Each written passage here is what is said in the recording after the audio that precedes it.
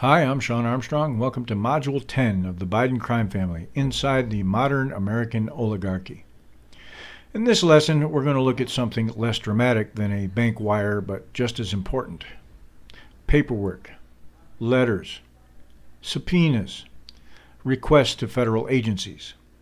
And what happens when Congress says, we want documents, and the executive branch says, we'll get back to you.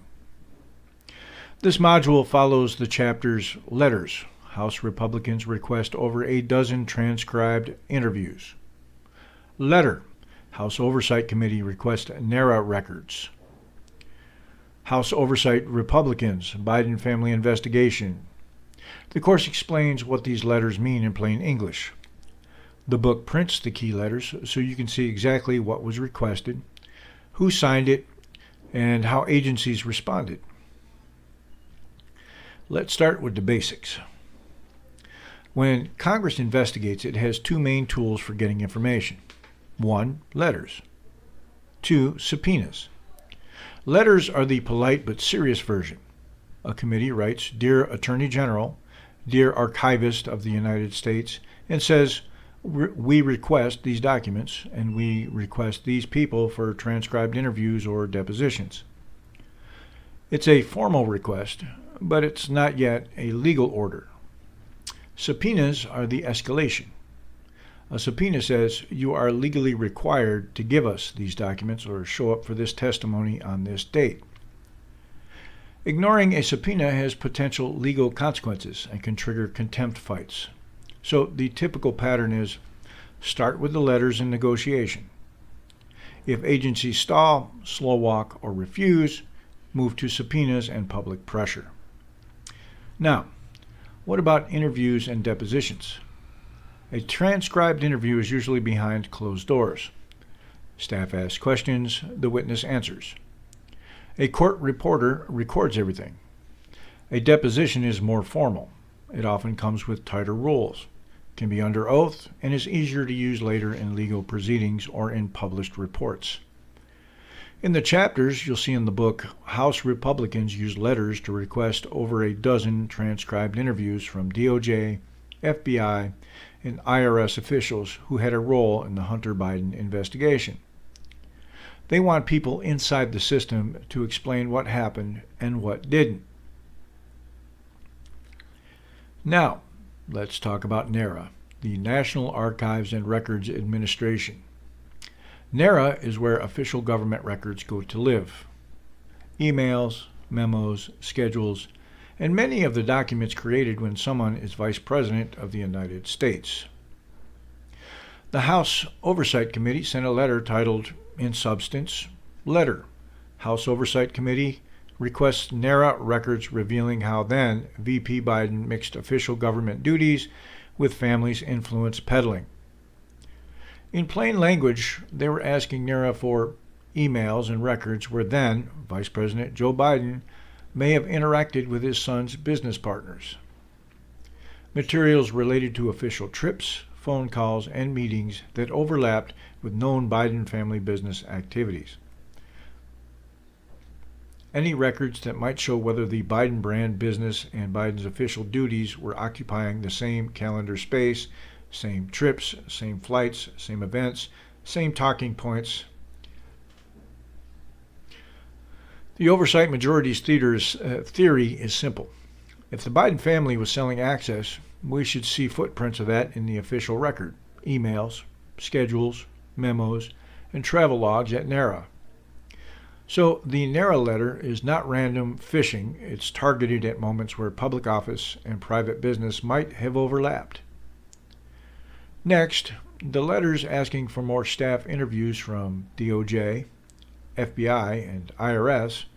You saw in early modules how whistleblowers like Gary Shapley alleged slow-walking blocked search warrants and deviations from standard procedures in the Hunter Biden investigation.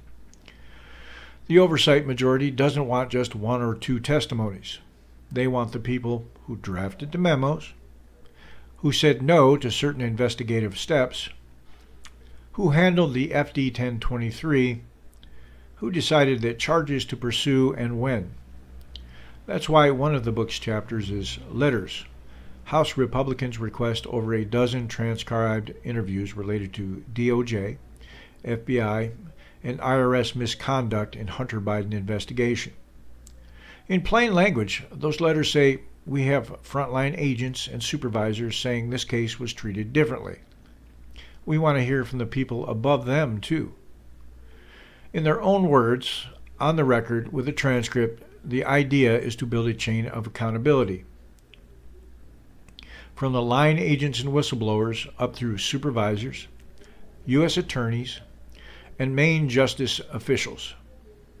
The more links they can put together, the clearer the pattern looks, one way or the other. So, how did agencies respond? In the book, I walk you through the actual text of many of these letters and the follow-ups, and then I interpret the responses as part of a larger pattern. Here's the short version. From the committee's perspective, the pattern looks like this. Delay. Agencies take weeks or months to reply to straightforward requests. Partial production. When documents arrive, they're often incomplete or heavily redacted. Limited access to witnesses. Instead of quick agreement to transcribe interviews, agencies offer briefings, narrow topics, or insist on strict limits that make it hard to get direct answers. Lawyer-driven pushback. Responses often invoke ongoing investigations. Deliberative process. Confidential law enforcement information, and other doctrines that, in the majority's view, are stretched beyond their proper scope. In other words, the book reads these responses and non-responses as part of a stonewalling pattern, not just we're busy, but a strategic slow roll to run down the clock, blunt the investigation, and protect the administration. On the other side, the defense narrative is these are sensitive cases involving ongoing legal matters. Congress is asking for information that could compromise investigations or privacy. Agencies have a duty to protect sources, methods, and internal deliberations. So you have a standoff. Congress, we can't perform oversight if you hide the records and block the witnesses. Agencies and defenders, we can't just hand over everything you demand on your timeline without harming law enforcement or executive branch prerogatives. The book's position is clear. It sides with the view that the pattern of limited cooperation looks less like normal caution and more like political damage control. This module is about how the process works and why the paper trail matters. In the Biden crime family, I don't just say, there were letters. I print the key oversight letters in full, note who signed them, highlight what exactly was requested, and summarize the agency responses or the lack of response. The course explains what these letters mean in plain English. The book prints the key letters so you can see exactly what was requested, who signed it, and how agencies responded. That way, you're not relying on my summary or anyone else's spin. You can read the letters yourself and ask, is this a reasonable request? Is this an honest answer? Does this look like transparency or like buying time? To wrap up Module 10, you saw how letters and subpoenas are the main tools Congress uses to get documents and testimony. You learned why the oversight majority targeted NARA records about then Vice President Biden's official duties and family business overlap. You saw why they demanded more DOJ, FBI, and IRS interviews to clarify who made which decisions in the Hunter Biden investigation. And you heard how the book interprets agency delays, redactions, and refusals as part of a broader stonewalling pattern.